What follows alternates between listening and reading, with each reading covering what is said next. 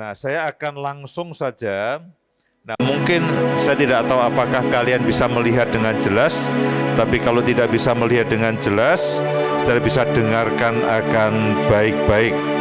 Nah, kita mau belajar bagaimana, ya kita belajar bagaimana supaya kita ini bisa memancarkan surga di tengah-tengah dunia yang gelap. Kalau kita mau lihat, kita mau jujur, kita mau sadar bahwa sebetulnya dunia ini sebetulnya makin baik atau makin tidak baik. Makin tidak baik ya. Makin terang atau makin gelap. Makin gelap. Karena itulah bagaimana kita bisa meradiasikan surga ke dunia yang semakin gelap. Surga itu bicara mengenai terang. Surga itu bicara mengenai hal yang baik. Nah, satu-satunya yang dunia bisa lihat, mereka tidak bisa melihat surga. Mereka tidak bisa menangkap itu surga. Mereka tidak bisa kita terangkan mengenai surga. Itu mereka tidak bisa mengerti dan tidak bisa memahami dengan baik. Yang bisa mereka lihat tentang surga adalah kalau mereka itu melihat saudara dan saya. Betul ya? Kita katakan, oh aku anak Tuhan, aku orang Kristen, aku saksi Tuhan. Aku saksi Tuhan, aku orang Kristen, aku anak Tuhan. Nah, mereka ingin tahu, mereka tidak kenal Tuhan, mereka tidak kenal Allah, mereka tidak paham mengenai surga, dan bahkan mereka tidak tertarik mengenai surga. Mereka pikir kegelapan yang mereka sedang hidupi itu adalah terang.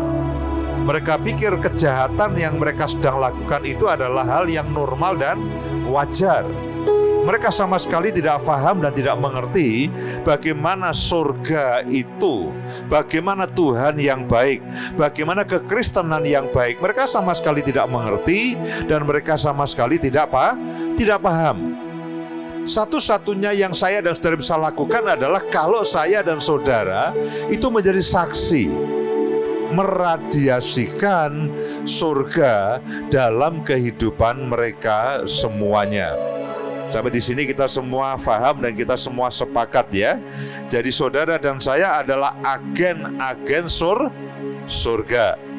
Agen-agen surga. Kalau saudara misalkan katakanlah berjualan minyak wangi, lalu maaf kata saudara baunya tidak wangi, bagaimana saudara bisa menjual minyak wangi? Kalau saudara menjual parfum, saudara setiap hari harus pakai parfum. Kalau perlu bagi parfumnya dengan siang lain, sehari 3 kali saudara ganti parfum, supaya ketika orang itu dekat dengan saudara, mencium bau saudara, itu mengerti, oh ini ada parfum yang baunya enak. Demikian juga dengan surga. Saya berharap teman-teman semuanya itu mulai bisa mengerti. Nah, beberapa hal saya sudah siapkan. Mari kita lihat seberapa kita bisa menyelesaikannya. Di dalam Injil Yohanes pasal yang ke-10 ayat yang ke-10 dikatakan begini, pencuri datang hanya untuk mencuri dan membunuh dan membinasakan. Pencuri datang hanya untuk mencuri, membunuh dan membinasakan. Pencuri itu gambaran siapa? Pencuri itu adalah gambaran iblis. Pencuri datang hanya untuk mencuri. Dia akan mengambil semua yang baik dari kehidupan kita. Dia akan mengambil keluarga kita. Dia akan mengambil orang tua kita, sehingga kita akan sering ribut dengan orang tua kita. Dia akan mengambil kakak atau adik kita, sehingga setiap kali kita akan ribut dengan mereka. Dia akan mengambil sekolah dari kita, sehingga kita tidak suka ke sekolah. Kita tidak suka belajar. Dia akan mengambil kekudusan dari kehidupan kita, sehingga bagi kita, bagi banyak orang, kekudusan itu menyiksa sekali. Dan pornografi itu menjadi sebuah kesukaan. Dia akan ambil semua yang baik. Dia akan curi semua yang baik. Dia akan ambil persahabatan kita dengan teman-teman yang lainnya, sehingga kita lebih sering ribut dengan mereka ketimbang kita baik. Dengan orang tua kita marah. Dengan orang tua kita sakit hati. Dengan orang tua kita tidak bisa bicara, kita tidak bisa komunikasi dengan baik. Dan semua hal yang baik yang seharusnya Tuhan itu sediakan bagi saya dan saudara, itu semua diambilnya. Itu semua diambilnya. Dia mengambil damai sejahtera dari kehidupan kita. Sehingga hidup kita tidak puas. Hidup kita marah. Hidup kita jadi tidak menyenangkan. Karena apa? Itu memang pekerjaan iblis. Dia akan mencuri, mengambil, membunuh dan membinasakan semua yang baik yang sejatinya Tuhan itu anugerahkan dalam kehidupan saya dan saudara. Ketika Tuhan menciptakan bumi, menciptakan alam semesta, menciptakan segala sesuatunya, menciptakan manusia, hal yang Tuhan katakan setelah dia menciptakan segala sesuatunya adalah dia katakan semuanya baik. Semuanya baik. Semuanya baik. Manusia bergaul karib dengan Tuhan. Manusia bersekutu karib dengan Tuhan. Apa yang dilakukan iblis? Dia membujuk Hawa, dia membujuk manusia untuk melakukan dosa. Manusia dibujuk supaya tidak puas dengan Tuhan. Lalu apa yang dilakukan? Akhirnya manusia melakukan dosa. Dan setelah mereka melakukan dosa, hal berikutnya yang terjadi adalah begitu mereka melihat, mendengar langkah kaki Tuhan, lalu mereka bersembunyi. Sebelumnya mereka bisa bercakap-cakap dengan Tuhan, sebelumnya mereka bisa bersekutu. Tetapi iblis membuat apa yang baik itu lalu diambil, sehingga alih-alih mereka bersekutu dengan Tuhan, mereka menjadi musuh Tuhan. Saudara suka membaca Alkitab, iblis akan beri yang lainnya. Alih-alih saudara scrolling ayat demi ayat, saudara akan scrolling semua media sosial saudara. Saudara suka bersekutu, saudara suka berdoa, kalian semuanya suka melayani. Tapi ada begitu banyak godaan yang membuat kita semuanya itu meninggalkan segala sesuatunya. Dan itu dilakukan bukan setelah saudara tua. Kapan iblis itu mulai mencuri dari kehidupan kita? Kapan? Sejak muda. Bahkan sejak anak-anak. Bahkan sejak lahir, dengan dosa keturunan yang saya dan saudara semua miliki. Jadi iblis itu akan mencuri semua yang baik dari kehidupan kita, sejak kita lahir, sejak kita anak-anak, sejak kita muda. Dan memang ketika kita muda, disitulah ada begitu banyak hal yang dia tawarkan dalam kehidupan kita semuanya. Dia mencuri, dia membunuh, dan pada ujungnya dia akan membinasakan. Sebaliknya dikatakan begini, Aku Tuhan Yesus datang supaya mereka mempunyai apa? Mempunyai hidup, dan mempunyainya dalam segala kelimpahan. Mempunyai hidup dan mempunyainya dalam segala kelimpahan. Itu adalah hidup yang sangat baik. Kalau saudara menjadi pelajar, saudara hidup dalam kelimpahan, itu tidak bicara mengenai handphone saudara apa, mengenai apa yang saudara bisa pakai, mengenai kemewahan yang saudara dan saya miliki, itu bukan. Tapi ketika saudara hidup sebagai anak, saudara bisa menemukan tujuan hidup sebagai anak. Saudara hidup dalam sukacita, hidup dalam damai sejahtera, hidup dalam semua yang baik. Kalau saudara sebagai pelajar, saudara sebagai mahasiswa, ketika saudara sebagai pelajar, sebagai mahasiswa, saudara hidup dalam semua kelimpahannya. Saudara senang dengan pelajaran yang saudara dapatkan. Saudara menikmati kehidupanmu. Saudara menikmati semua yang baik yang Tuhan sediakan.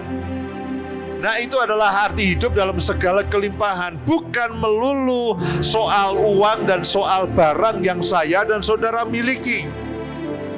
Tapi ketika saudara merasakan damai sejahtera, saudara merasakan sukacita dalam setiap peran dan tanggung jawab yang saudara kerjakan. Saya ulangi, hidup dalam segala kelimpahan itu artinya begini. Ketika saudara menjalani kehidupan ini entah sebagai apapun, saudara sebagai orang yang belajar melayani, saudara melayani dengan sukacita, saudara melayani dengan penuh damai sejahtera, saudara melayani dengan penuh gairah. Itu pelayanan yang penuh dengan kelimpahan. Saudara sebagai anak, punya ayah, punya ibu, saudara bersyukur, saudara mengucap syukur, terima kasih untuk Tuhan untuk pemeliharaanmu lewat orang tuaku. Ketika saudara menjalani sebagai anak penuh dengan ucapan syukur, bukan kemarahan, bukan kejengkelan. Saudara menikmati kehidupan sebagai anak dengan penuh damai sejahtera, penuh dengan sukacita, penuh dengan kelimpahan. Nah, itulah yang disebut dengan hidup dalam segala kelimpahan.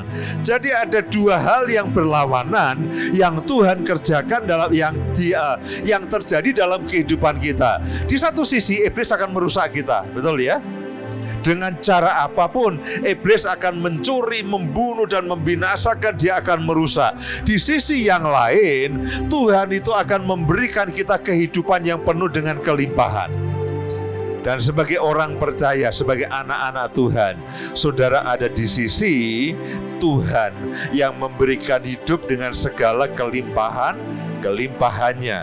Dia memberi hidup dengan segala kelimpahannya. Dan di sisi yang lain, saudara-saudara kita yang belum kenal Tuhan, mereka hidup di tengah-tengah kuasa kegelapan, mereka hidup di tengah-tengah iblis yang selalu mencuri hidup mereka, yang membinasakan hidup mereka. Nah, saya dan saudara sebagai orang-orang percaya, kita membawa pengaruh bagi mereka. Kita meradiasikan surga dalam kehidupan mereka. Kita meradiasikan kasih itu. Kita meradiasikan akan kuasa Tuhan dalam kehidupan mereka semuanya. Nah, itulah yang menjadi tugas saya dan saudara. Nah, beberapa slide berikutnya itu adalah gambaran betapa rusaknya masa muda yang sekarang ini. Saya tidak tahu, tapi mungkin saudara bisa melihatlah ya. Kita kata-kata bullying kita sudah tidak asing lagi. Dan itu yang terjadi di generasi muda. Dan kadang-kadang kalau mereka membuli, mereka bukan hanya sekedar mengejek, mereka menganiaya, mereka menghancurkan, dan kadang-kadang merusak demikian banyak orang. Inilah yang iblis coba lakukan dan coba rusak dengan generasi muda yang sekarang.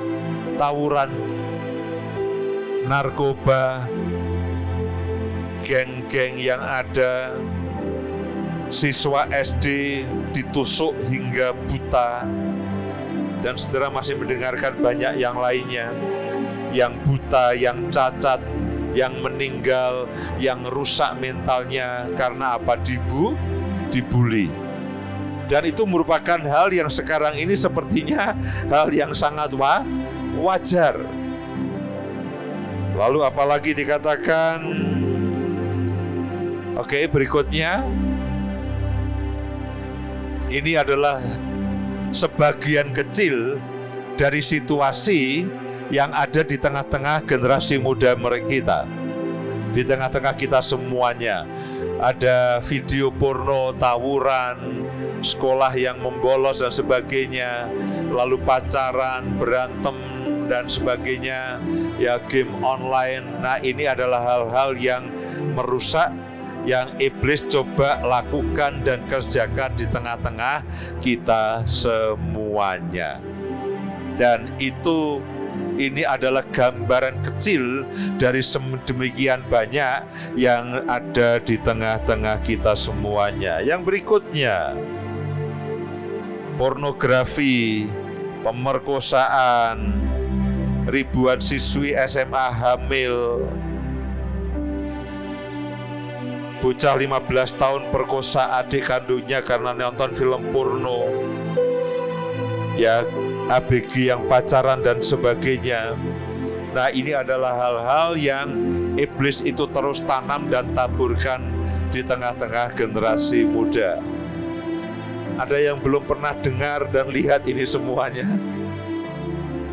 Oh Pak, saya bukan hanya pernah dengar, itu terjadi di sebelah saya, itu terjadi di depan saya, dan bahkan tidak jarang Pak, itu terjadi dengan saya.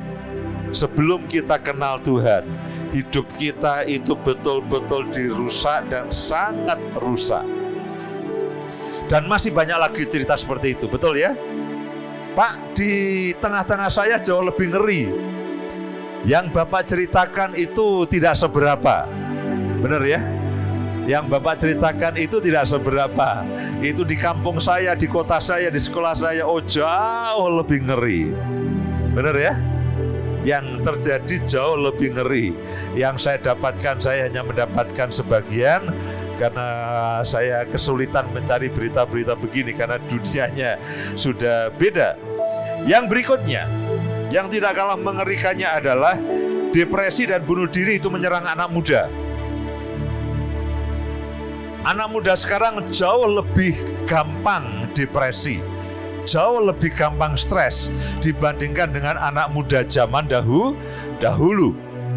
Anak muda zaman sekarang tidak diberi handphone, orang tuanya dihajar. Dan kadang-kadang kita mendengar pembunuhan orang tuanya gara-gara tidak diberi motor, tidak diberi uang saku dan sebagainya. Depresi dan bunuh diri itu menyerang anak muda. Nah, ini adalah fakta-fakta yang saya dan saudara harus ketahui. Apa yang terjadi? Banyak dari masyarakat Kristen yang meninggalkan gereja. Berikutnya, next. Nah, oke, berikutnya. Kemudian juga di Korea Selatan. Kalian pernah dengar dulu Korea Selatan itu sangat kuat dengan kekristenannya. Tetapi sekarang mengalami kemerosotan yang drastis, termasuk di antara anak muda. Ada banyak gereja lokal yang juga sekarang ini kehilangan akan ibadah anak muda. Itu banyak terjadi. Nah, teman-teman semuanya, jika kita tidak mulai bergerak, kita tidak mulai memenangkan anak muda, kita tidak mulai memuridkan mereka, kita tidak mulai meradiasikan surga dalam kehidupan mereka, itu kekristenan dan gereja Tuhan akan kehilangan anak mudanya. Nah, itu adalah fakta yang terjadi. Kemudian generasi Z. Saudara termasuk generasi Z ya, betul ya? Ya, saudara termasuk generasi Z ya. Lalu generasi stroberi. Kalian generasi disebut juga generasi stroberi. Nah, salah satu ciri khas dari generasi stroberi ini adalah mereka nampak indah, tapi sebetulnya adalah rapuh. Salah satu ciri negatif dari generasi Z atau generasi stroberi itu adalah rapuh, gampang emosi, minta kepada orang tua, tidak diberi marah, lalu ngambek, pergi dari rumah, emosional, tersinggung lalu marah, hajar, pukul. Lalu apalagi? Gampang sedih, gampang senang. Begitu dia mendapati apa yang dia inginkan tidak didapatkannya, langsung sedih, langsung marah, langsung depresi. Sama dengan stroberi. Kenapa disebut dengan generasi stroberi? Stroberi itu kan warnanya merah nih, seperti gini semuanya, merah. Nah, merah itu kan harusnya apa? Berani, kuat, kokoh, teguh. Itu merah. Tapi generasi stroberi itu merah memang, ranum dan menyenangkan, tapi rapuh. Begitu saudara pegang stroberi keras sedikit, apa yang terjadi? Langsung blenyek, langsung rapuh, langsung remuk, dan langsung hancur. Demikian juga dengan generasi stroberi yang kalian semuanya hidup di dalamnya. Siapa yang kalau tidak mendapatkan apa yang dia inginkan, itu langsung marah, langsung stres, langsung depresi. Siapa yang kalau minta kepada orang tuanya, lalu orang tuanya katakan, sabar nak, ayah ibu belum punya uang, langsung keluar marah, keluar rumah, banting pintu, lalu ngambek. Siapa yang kalau ditegur gurunya, apa yang kamu kerjakan tidak baik, apa yang kamu kerjakan salah, lalu kita melengos dan kita pergi, kita tidak mau belajar. Siapa yang kalau bahkan kita ini anak-anak Tuhan, lalu kita pelayanan, kita punya pemimpin, lalu begitu kita ditegur, apa yang terjadi? Kita ngambek, tidak mau pelayanan. Loh, strawberry generasi strawberry ini tidak hanya terjadi di luar, ini juga terjadi di gereja. Siapa yang kalau kita ngambek dengan gembala kita, dengan pemimpin kita, pindah gereja? Ada yang pernah pindah gereja? Gak usah angkat tangan. Ada yang pernah pindah gereja? Tidak usah angkat tangan. Kita tersinggung dengan pemimpin kita. Kita tidak diperhatikan. Kita pelayanan tidak dihargai. Kita tersinggung, pindah gereja. Jadi generasi strawberry ini tidak hanya terjadi di dunia, ini juga terjadi di tengah-tengah kekristenan.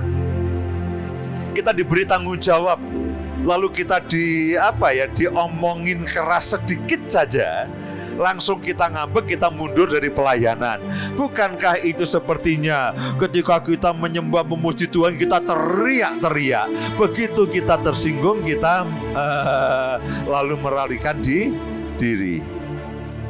Kita semua pernah mengalaminya, generasi yang lembek, generasi yang rapuh, meskipun sepertinya di luarnya itu bagus, tapi sebetulnya kita ini adalah orang-orang yang rapuh. Nah, itu adalah generasi strawberry. Yang berikutnya, yang tidak mengalah mengerikannya, generasi Z lebih suka menjadi tidak beragama atau agnostik. Siapa yang pernah mengajak temannya untuk pelayanan, untuk persekutuan, untuk ke gereja, lalu mereka menolak dan tidak tertarik? Berapa banyak? Banyak ya? Lebih banyak yang begitu ya? Lebih banyak yang begitu ya. Lebih banyak yang tidak tertarik kepada hal-hal yang rohani, membaca Alkitab, berdoa, persekutuan dan gereja.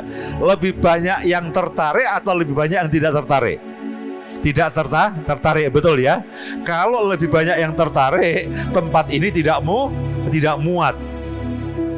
Itu artinya generasi muda sekarang jauh lebih banyak yang mereka itu menjadi agnostik atau tidak peduli agama, tidak peduli Tuhan. Yang menjadi Tuhan adalah uang dalam kehidupan mereka. Yang menjadi Tuhan adalah karir. Mereka mengejar karir, mereka mencari uang, mereka mencari kesenangan, dan bahkan mereka mencari yang bisa memuaskan diri mereka sendiri. Nah, itu yang terjadi. Nah, itu adalah tantangan saya dan saudara. Mereka tidak suka, ayo baca Alkitab. Mereka katakan kamu goblok ya. Itu tulisan manusia, kamu anggap firman Tuhan. Ayo kita cari Tuhan. Mereka katakan kamu bodoh. Tuhan itu ya diri kita sendiri. Nanti kamu akan mendapatkan sukacita dan damai sejahtera daripada Tuhan. Aku senang kalau aku lihat pornografi. Aku damai sejahtera kalau aku pakai narkoba. Mereka tidak akan lagi peduli dengan yang namanya Tuhan dan yang namanya kerohanian. Dan itu tidak di luar sana, saudaraku. Itu ada di sekitar kita. Betul ya? Apakah itu hanya ada di kota-kota besar? Berapa banyak saudara yang dari kota kecil? Ada yang dari kota kecil?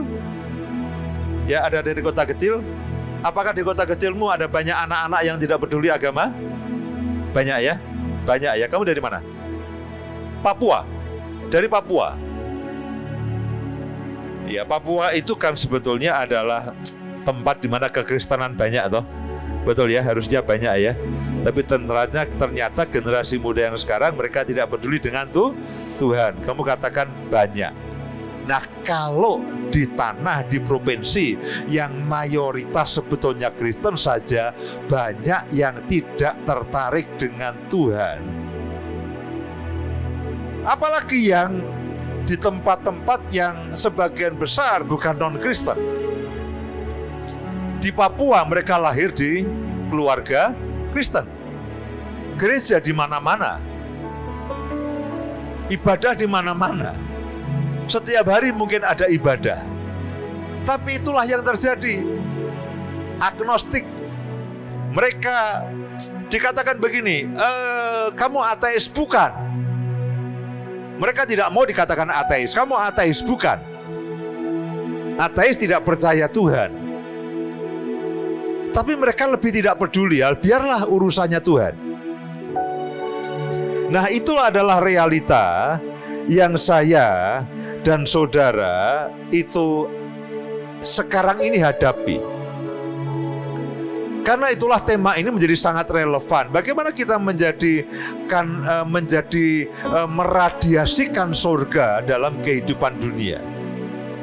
Menjadi terang di tengah kegelapan dunia. Menyalurkan kasih Kristus di tengah-tengah dunia yang keras, di tengah-tengah dunia yang kejam, di tengah-tengah dunia yang suam bahkan tawar ini. Nah, itulah yang menjadi tugas dan bagian saudara semuanya. Kalau begitu, apakah kehendak Allah bagi anak muda? Apakah yang menjadi kehendak Allah bagi anak muda? Destiny anak muda. Di dalam Mazmur 127 ayat 4 dikatakan seperti anak-anak panah di tangan pahlawan. Demikianlah anak-anak pada masamu muda. Tergantung konteksnya Tuhan, saudaraku. Bagi Tuhan, anak muda merupakan pelayan dan pahlawan iman yang luar biasa. Anak muda itu seperti anak panah. Nah, tergantung di tangan siapa sebetulnya. Tergantung di tangan siapa. Kalau itu di tangan iblis, ya daya rusaknya luar biasa. Mana yang lebih banyak mengkonsumsi video porno, nenek-nenek atau anak muda? Anak muda. Nenek-nenek, kakek-kakek tidak suka video porno. Kenapa? Nggak bisa lihat, saudaraku. Udah katarak. Mana yang suka narkoba? Nenek-nenek atau anak muda? Kakek nenek atau anak muda? Anak muda. Siapa yang suka tawuran? Anak muda. Kita bisa sebutkan lagi begitu banyak kejahatan yang semuanya dilakukan anak muda. Di sebaliknya, kalau kita bicara pelayanan, siapa yang lebih banyak pelayanan? Anak-anak muda atau kakek nenek? Anak muda. Buktinya kalian ada di sini. Jadi ini merupakan dua hal yang menarik. Di satu sisi, di tangan kuasa kegelapan, anak muda menjadi anak panah bagi kerusakan, bagi kejahatan. Tapi di tangan Tuhan, anak muda sebagai anak panah kebaikan, anak panah kasih, anak panah penjangkauan, anak panah pelayanan dan sebagainya. Karakteristik anak muda adalah aktif, agresif, gesit, bergerak dengan cepat, menjadi senjata yang ampuh, jarak jauh dan sebagainya. Tapi di sisi yang lain, anak muda juga butuh orang-orang yang bisa mendampingi, orang-orang yang bisa menolong, bisa mengajar. Kalau nanti kita lihat di dalam Alkitab pun juga bahwa seorang Yosua yang perkasa, dia punya pembimbing yang namanya Musa. Dia punya pembimbing yang namanya Musa. Jadi teman-teman semuanya, bahwa anak muda itu sebetulnya potensinya luar biasa. Anak muda adalah senjata pamungkas kerajaan Allah. Di dalam Mazmur 127 ayat yang kelima dikatakan begini, berbahagialah orang yang telah membuat penuh tabung panahnya. Dengan semuanya itu ia tidak akan mendapat malu apabila ia berbicara dengan musuh-musuh di pintu gerbang. Saya dan saudara adalah anak-anak panah akhir zaman. Ada satu nubuatan yang menarik mengenai anak muda. Di dalam Kisah Para Rasul pasal yang kedua ayat yang ke-17 dan 18 ini ketika Roh Kudus itu dicurahkan. Dan perhatikan baik-baik. Akan terjadi pada hari-hari terakhir, demikianlah firman Allah bahwa aku Tuhan akan mencurahkan rohku ke atas semua manusia. Maka anak-anakmu laki-laki dan perempuan, anak-anakmu laki-laki dan perempuan akan bernubuat, akan menyampaikan kabar baik, akan menyampaikan firman Tuhan, akan menyampaikan hal-hal yang membangun, akan menyampaikan berita keselamatan, akan menyampaikan hal-hal yang baik yang daripada Tuhan. Sebelum saya lanjutkan, karena itu kalau saudara ingin menyampaikan firman Tuhan, hal yang paling banyak yang harus kalian baca apa? Alkitab. Kalau saudara ingin menyampaikan kabar baik bagi generasi, kabar baik itu ada di dalam Alkitab. Hal yang paling harus sering kalian baca dalam kehidupanmu adalah Alkitab. Mumpung awal tahun, bacalah Alkitab dari awal sampai akhir, dari awal sampai akhir. Kalau kalian baca 3-4 pasal setiap hari, setiap tahun kalian akan habiskan itu Alkitab. Berapa banyak yang sudah mulai membaca Alkitab dari awal sampai akhir dan setiap tahun habis? Berapa banyak yang sudah melakukannya? Lakukan terus. Kalau yang belum, mulailah baca Alkitab. Mulailah baca Alkitab. Saudara mau baca dari Alkitab Perjanjian Lama, Perjanjian Baru, silahkan. Mau dari Perjanjian Baru, Perjanjian Lama, silahkan. Tapi saya mendorong memang, bacalah dengan urut. Pak, saya bosan dengan Perjanjian Lama. Oke, Perjanjian Lama 2 pasal, Perjanjian Baru 1 pasal. Pak, saya mau lagi tambah Mazmur 1 pasal. Lakukan itu setiap hari. Bagaimana kalian bisa menyampaikan kabar baik? Bagaimana kalian bisa menubuatkan firman Tuhan kalau kalian tidak kenal firman Tuhan? Tidak bisa. Tidak bisa. Jadi saya mendorong semua dari kalian, bacalah Alkitab. Bacalah Alkitab. Dan teruna-turunamu akan mendapatkan penglihatan-penglihatan. Orang-orangmu akan mendapatkan mimpi. Juga ke atas hamba-hambaku laki-laki dan perempuan akan kucurahkan rohku pada hari-hari itu dan mereka akan bernubuat. Jadi anak-anak muda merupakan bagian dari nubuatan akhir zaman. Dan kita bersyukur Tuhan tidak melupakan kita semuanya. Tuhan tidak melupakan kalian dalam rencananya.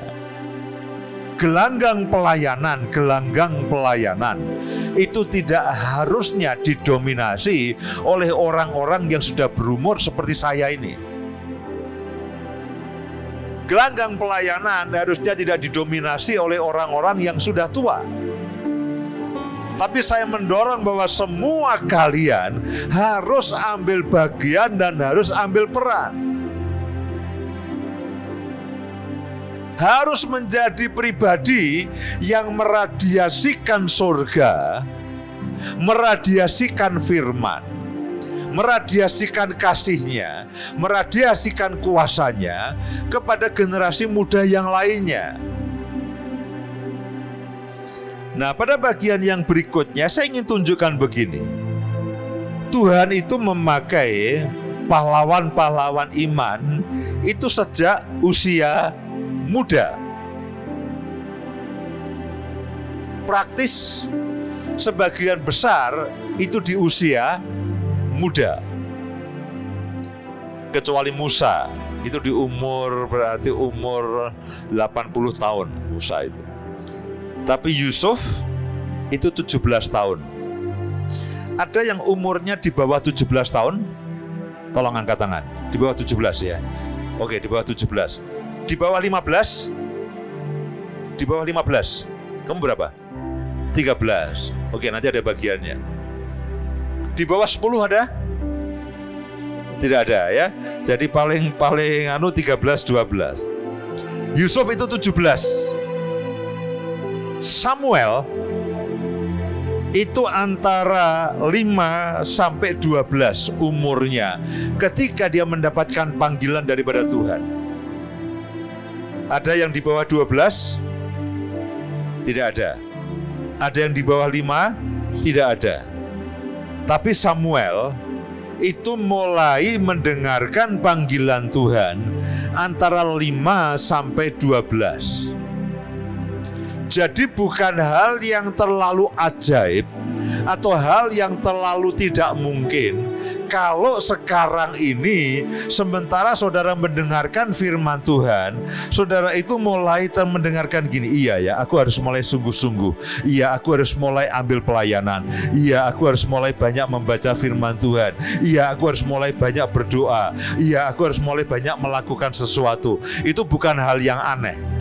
Karena di dalam sejarah Alkitab itu anak-anak dengan umur belasan tahun itu mereka sudah kenal dengan yang namanya panggilan Tuhan.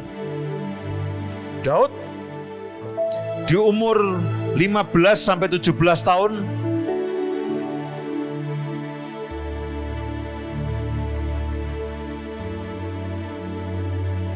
Salomo sekitar 20 tahun. Yosia pada waktu dia mulai diangkat jadi raja umur 80 tahun meskipun didampingi 8 tahun. Yeremia sekitar 17 tahun. Daniel itu 15 sampai 17 tahun. Maria ibu Yesus itu sekitar 16 tahun. Yohanes Pembaptis itu bahkan sejak dari kandungannya. Timotius itu 20 sampai 25 tahun. Kemudian Yohanes Markus itu sekitar remaja pada waktu dia mulai mendengarkan Tuhan, mendengarkan kebenaran Tuhan dan mendengarkan firman Tuhan. Markus. 4 Injil yang pertama, Matius, Markus, Lukas, Yohanes. Matius murid Yesus. Markus, berapa banyak yang berpikir dulu Markus itu murid Yesus? Dulu saya berpikir Markus itu murid Yesus. Kamu juga berpikir Markus murid Yesus ya? Ya. Saya dulu juga pikir Markus itu murid Yesus. Ternyata bukan. Yohanes dia murid Yesus. Tapi Markus itu bukan murid Yesus. Markus itu adalah remaja stroberi sebetulnya. Kita pikir dia itu murid Yesus. Dulu saya pikir Markus itu murid Yesus. Karena kita Matius, Markus juga itu semua adalah orang yang menceritakan, menuliskan tentang Yesus. Dan ketika mereka menceritakan tentang Yesus, kita pikir mereka murid Yesus. Markus itu bukan murid Yesus. Tapi kenapa dia itu bisa sampai dikatakan dia menuliskan Alkitab, menuliskan Injil tentang Yesus. Nah, Markus ini adalah generasi stroberi pada zamannya.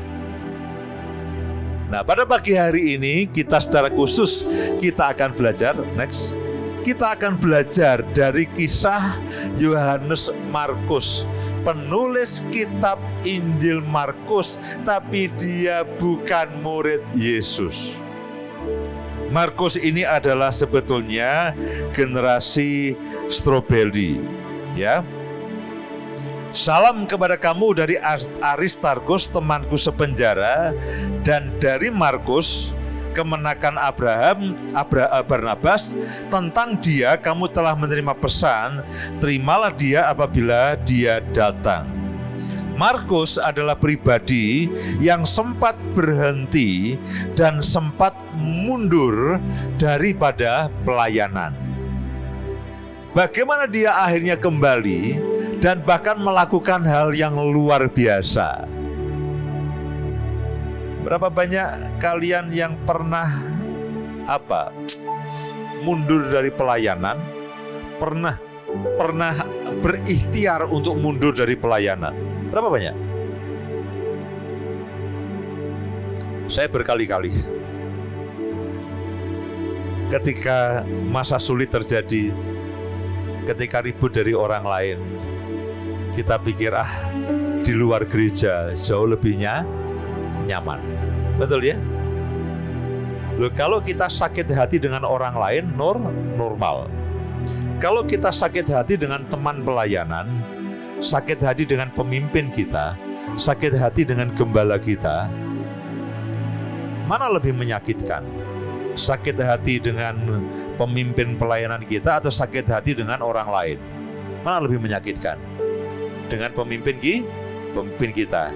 Karena kita pikir kalau kita sakit hati dengan orang lain wajar. Kalau kita sakit hati dengan teman pelayanan dan teman pelayanan kita menyakiti hati kita pikir itu tidak wajar.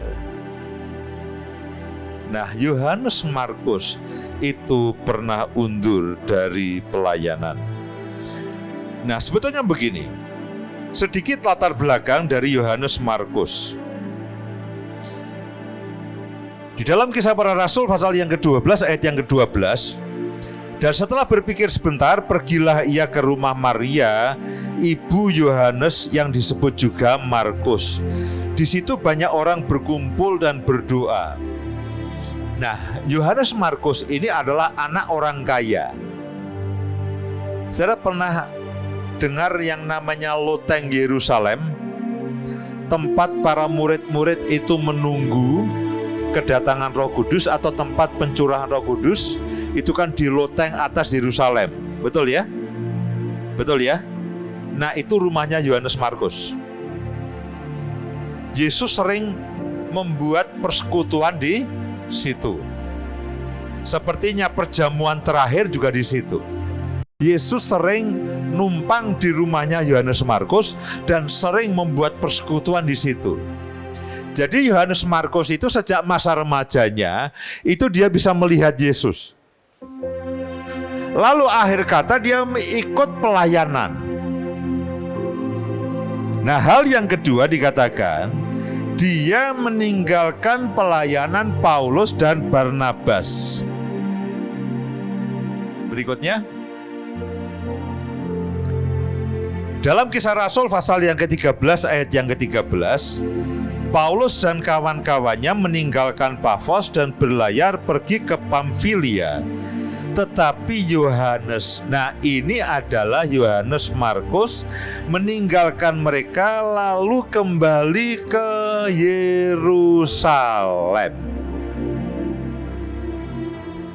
Markus, sang penulis kitab Injil Markus, itu dia pernah meninggalkan pelayanan. Satu kali ketika Paulus dan Barnabas itu akan pelayanan, lalu Barnabas ingin mengajak Markus, Paulus tidak mau. Kita tidak akan mengajak orang yang pernah meninggalkan kita. Jadi ini anak muda ini itu berhenti di tengah jalan. Kita tidak tahu persis, mungkin karena kecewa, mungkin memang dia adalah generasi stroberi, ditegur oleh pemimpinnya tidak terima. ditegur oleh pemimpinnya ngambek. Dia tidak siap dengan penderitaan, tidak siap dengan gaya pelayanan Paulus. Dia rindu pulang ke rumahnya karena dia masih terlalu kecil dan dia masih menjadi anak muda. Jadi sebetulnya Markus ini adalah generasi yang rapuh. Itu gambaran generasi yang tidak konsisten. Itu gambaran generasi yang hidupnya itu naik turun. Dan dalam banyak hal itu seperti kita semuanya. Kadang-kadang kita demikian semangat melayani Tuhan. Kadang-kadang kita lari daripada Tuhan. Betul ya? Kadang-kadang kita semangat berdoa. Kadang-kadang kita malas berdoa. Kadang-kadang kita semangat membaca Alkitab. Lalu setelah seminggu pulang dari Jakarta, kita malas membaca Alkitab. Dan ketika kita naik turun, kita terombang-ambing itu, kita lama-lama frustasi. Kita melihat diri kita sebagai orang yang gagal. Kita melihat diri kita sebagai orang yang tidak konsisten. Kadang-kadang saya marah dengan diri saya sendiri. Karena saya katakan saya ini rapuh. Kadang-kadang saya marah, kadang-kadang saya ngambek, kadang-kadang saya malas melakukan sesuatu. Ketika tantangan, ketika masalah, ketika problem itu terjadi. Demikianlah itu juga yang terjadi dalam kehidupan saya dan saudara semuanya. Markus, sang penulis kitab Injil Markus, juga tidak lepas dari hal yang saya dan saudara alami. Saudara mungkin lari dari realita, ngambek dari orang tua, keluar dari rumah, undur dari pelayanan, ngambek dari orang-orang sekitar kita. Kita melarikan diri. Nah, Markus Yohanes ini adalah generasi yang melarikan diri. Generasi yang frustasi. Dalam banyak hal tidak berbeda dengan saya dan saudara. Nah, hal yang menarik adalah begini. Kalau dikatakan bahwa Yohanes Markus ini pernah meninggalkan Paulus dan Barnabas, pernah meninggalkan pelayanan. Di tengah-tengah retret seperti ini, saudara ngambek, saudara pulang kampung. Itu menjadi kenangan yang baik atau kenangan yang buruk? Kenangan yang buruk. Dan seringkali kenangan yang buruk itu mengintimidasi kita, ya. Kalau kalian pernah undur dari pelayanan, orang akan melihat kalian sebagai apa? Orang yang tidak konsisten. Dan ketika kalian mencoba ikut lagi, orang akan katakan, nanti kamu mundur lagi. Nanti kamu tidak sungguh-sungguh lagi. Orang akan menganggap remeh kita. Orang akan menganggap rendah kita. Karena kita pernah undur dari pelayanan.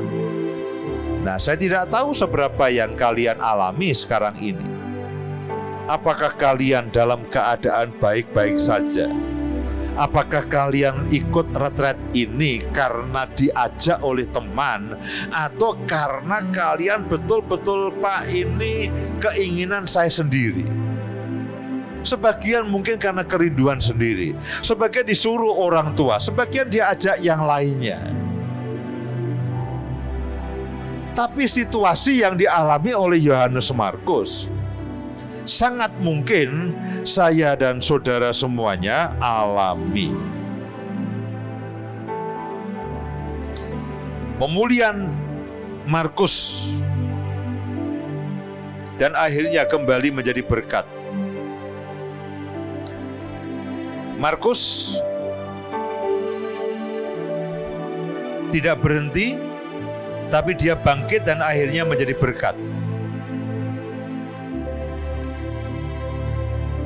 Di dalam 2 Timotius pasal yang keempat ayat yang ke-11, ini kata Paulus. Jadi Markus itu pernah ikut Paulus, lalu meninggalkan pelayanan Paulus. Barnabas ingin mengajak Paulus katakan enggak. Ini orang pengecut. Ini orang meninggalkan pelayanan. Tapi kalau kalian perhatikan 2 Timotius pasal yang keempat ayat yang ke-11, itu Paulus berkata begini, hanya Lukas yang tinggal dengan aku. Jemputlah Markus dan bawalah ia kemari. Pelayanannya penting bagiku. 1 Petrus pasal yang kelima ayat yang ke-13. Salam kepada kamu sekalian dari kawanmu yang terpilih yang di Babylon, dan juga dari Markus anakku. Perhatikan baik-baik, Markus generasi stroberi pada zaman itu, anak muda yang rapuh, yang pernah meninggalkan pelayanan. Pada akhirnya dikatakan bagi Paulus, Markus ini pelayanannya penting bagi dia. Bagi Paulus, bagi Petrus dikatakan bawalah anakku. Dan dari mana Paulus itu bisa menuliskan kitab Injil? Itu dari Petrus. Matius, Lukas, Yohanes, mereka orang-orang yang pintar mungkin. Petrus itu nelayan. Dia ceritakan kepada Markus. Markus yang nulis. Markus yang nulis. Dan sekarang kita punya kitab Injil Markus. Awalnya dia bukan orang hebat. Saudara mungkin juga bukan orang hebat. Saudara bukan siapa-siapa. Saudara mungkin orang yang lari dari pelayanan. Saudara mungkin orang yang pernah meninggalkan keluarga. Dan ini kabar baik. Ini adalah anugerah Tuhan, ini adalah kemurahan Tuhan. Kalau Tuhan mau memakai saya dan saudara yang pernah berkali-kali undur dari pelayanan. Bagi Paulus, pelayanannya penting bagiku. Kita tahu bahwa penulis terbanyak dari Perjanjian Baru adalah Paulus. Perintis gereja terbanyak adalah Paulus. Kalau orang mengatakan rasul terbesar adalah Paulus. Dan kalau dia pernah menolak Markus, tapi sekarang dia katakan, dia penting bagiku. Dan bagi Petrus, ini adalah anaknya, anak rohaninya. Dan akhirnya menulis Injil Markus yang sangat berdampak bagi gereja yang mula-mula dan gereja yang sekarang. Markus relate sekali dengan generasi muda saat ini yang disebut dengan generasi stroberi. Tampaknya oke, namun rapuh di dalam. Markus ternyata di zaman Yesus sudah ada generasi stroberi, yaitu siapa? Markus. Namun Tuhan bisa pulihkan dia. Dia bangkit lalu menjadi alatnya Tuhan, menjadi anak panah bagi Paulus, menjadi anak panah bagi Petrus, dan menjadi anak panah bagi Tuhan, meradiasikan surga. Jadi apakah saudara terlambat? Belum. Apakah saudara ketinggalan? Tidak. Apakah kalian punya kesempatan? Punya. Apakah kalian sudah habis? Tidak. Di dalam Tuhan selalu ada kesempatan. Ada beberapa catatan bagi para pemimpin. Belajarlah dari Barnabas yang mau menerima Markus. Tidak hanya melihat kekurangan anak muda, tetapi atau orang-orang yang kita pimpin. Nah, beberapa pelajaran yang relevan dari kita semuanya yang kita bisa pelajari dari Markus. Yang pertama, berikutnya, kegagalan adalah bukan akhir dari segalanya. Kegagalan Markus dicatat di Alkitab. Kegagalan Markus dicatat di Alkitab. Dia bangkit dicatat di dalam Alkitab. Dia pernah meninggalkan pelayanan, dan akhirnya dia dipulihkan kembali. Jadi kegagalan yang saya dan saudara alami itu bukan akhir dari segala sesuatunya. Kalau Markus pernah gagal, saya dan saudara juga pernah gagal. Tapi kesempatan itu selalu ada. Kegagalan Markus dicatat di Alkitab, saudaraku. Kegagalan Markus dicatat di Alkitab. Kalau dikatakan menyakitkan. Saudara pernah gagal dan saudara tidak ingin semua orang tahu. Saudara pura-pura berhasil. Kita pernah marah dan kita pura-pura baik-baik saja. Kita tidak ingin kegagalan kita diketahui semua orang. Siapa yang setelah berbuat dosa lalu pasang status, aku telah berbuat dosa? Tidak ada kan? Saudara setelah berbuat dosa, saudara pasang status ayat Alkitab. Tidak ada seorang pun yang ingin diketahui gagal. Markus itu kegagalannya dicatat di Alkitab. Bukan dicatat di dalam sejarah, dicatat di dalam Alkitab. Jadi apakah bahwa Markus itu betul-betul gagal? Gagal. Sampai Alkitab mencatat bahwa dia meninggalkan pelayanan dan kembali ke rumahnya. Kalau dia mau sakit hati, sakitlah. Lo iya toh? Dicatat di Alkitab. Miliatan orang membaca bahwa Markus adalah orang yang gagal. Tapi juga miliatan orang akhirnya membaca bahwa kasih karunia Tuhan itu melebihi kegagalan mereka. Akhirnya dia menjadi muridnya daripada Petrus. Petrus juga orang gagal. Siapa orang yang pernah menyangkali Yesus lebih daripada 3 kali? Siapa?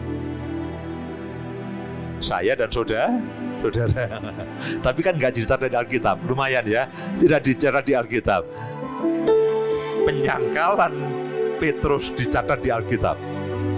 Kita undur dari Tuhan berkali-kali, aman, saudara. Aman, tidak ada yang tahu. Betul ya? Kita tidak baca Alkitab berbulan-bulan, aman. Tidak ada orang yang tahu. Ketemu pendeta, haleluya, puji Tuhan, shalom. Kita berbuat dosa tidak dicatat di Alkitab. Bukankah itu kabar baik? Petrus tercatat di Alkitab. Jadi dia bisa menasihati Markus, kamu baru meninggalkan pelayanan. Aku menyangkal Yesus.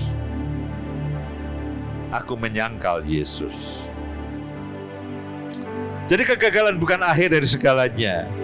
Yang kedua adalah pentingnya mentor, pentingnya pemimpin rohani, pentingnya gembala. Kalian semua punya pemimpin rohani. Tidak selalu pemimpin rohani kita itu menyenangkan, kadang-kadang menjengkelkan. Siapa yang sering jengkel dengan pemimpin rohaninya? Oh saya juga, di atas saya ada pemimpin dan jengkel. Ya terpujilah nama Tuhan atas kejujuranmu. Kalau tidak pernah jengkel dengan pemimpin rohani, kalau saudara tidak pernah jengkel dengan pemimpin rohani, cuman ada satu kemungkinan, saudara tidak punya pemimpin. Saudara liar, saudara melakukan apa yang saudara sukai, dan itu tidak ada. Lalu belajar dari pengalaman orang lain, dari kesaksian orang lain. Hubungan yang telah rusak dapat dipulihkan. Dan yang terakhir, sebelum nanti Bu Indah akan sampaikan pesan singkat untuk kita semuanya. Kembali fokus kepada destiny, kembali fokus kepada tujuan Allah dalam kehidupan saudara. Saudara ada di tempat ini dengan satu tujuan, supaya saudara ketemu dengan Tuhan dan tujuan ilahinya. Tidak ada yang lain. Oh Pak, saya mau jalan-jalan di Jakarta. Ini bukan Jakarta, ini Bekasi, saudaraku. Ya, ini bukan Jakarta ya. Oh, saya sudah melihat Jakarta. Belum. Saudara belum melihat Jakarta, ini baru Bekasi. Oh, tapi kok sudah bagus. Tujuan saudara adalah ketemu dengan Tuhan dan destininya Tuhan. Amin.